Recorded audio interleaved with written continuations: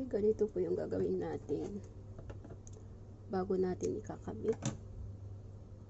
So, i-fix muna natin itong tig-isa bago natin ikabit gaya nito. Yan siya. So, may nagawa akong 4 at kulang yan 2 kasi dapat 6 yan bago ko magawa ng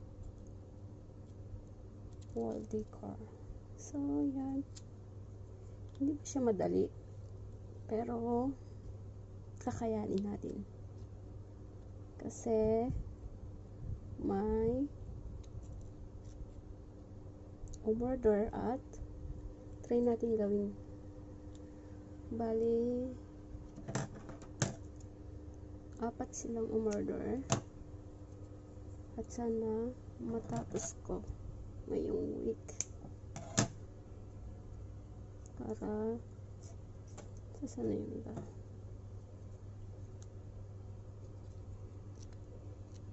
Ganito po siya.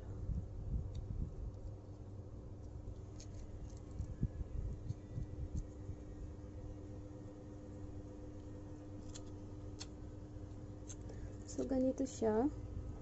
Ayan. Ganyan yung kinalabasan itong leaves natin.